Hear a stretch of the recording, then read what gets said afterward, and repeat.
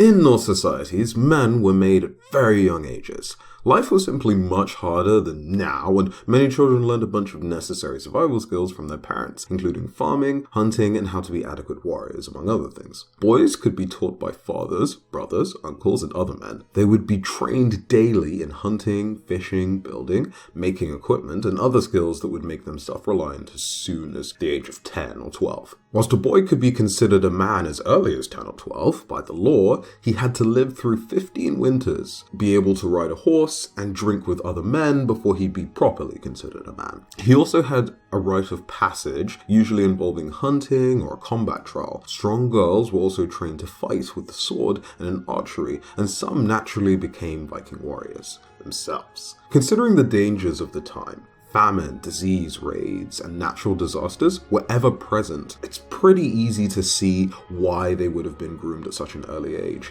I mean, children from the time could suffer injury, malnutrition, or even disease, and such evidence has been found. Around 30 to 40% of children perished before adulthood, so it makes sense that you'd make good use of able bodies from as soon as you could, and bring them up as early as they could in the ways of life of their parents so that they have the best chance of survival. In Norse mythology, it was believed that the same trusty ships that helped a person in their lives was a way to ensure safe passage into the afterlife. Some grave sites were made in the likeness of ships using stones. For prestigious men, they were buried with their boats. It wasn't a common thing for people to be buried at sea, then with the boat being put alight by fire, probably because boats were pretty expensive and useful. The deceased would usually be buried with new clothes made just for the occasion, and the ceremony would include songs, food, and drink. Goods would even be buried with the person, ranging from jewelry, weapons, and even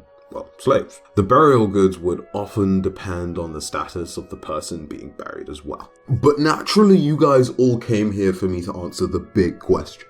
I probably put something clickbaity in the thumbnail, like, I don't know, Bloodhound's true gender confirmed, or Bloodhound gender revealed, something like that. I haven't decided. But really, as I said in the video, boys and girls could be trained in the ways of, like combat, survival, wilderness training, and all of that sort of thing, right? So, sure, girls typically weren't, but there were exceptions, and those that showed that they could were. Also, because you can come of age at a really young age, right? 10, 12. And not everyone hits puberty at the exact same age, right? Some people it's a tiny bit later, some people it's a tiny bit sooner. And of course, Bloodhound's pretty well covered. Like, the old superhero thing of just put that little thing around the eyes and you can't tell what their identity is, apparently. Which, to be fair, the way they're crafted, you really can't. So the whole mystery is still there, I guess.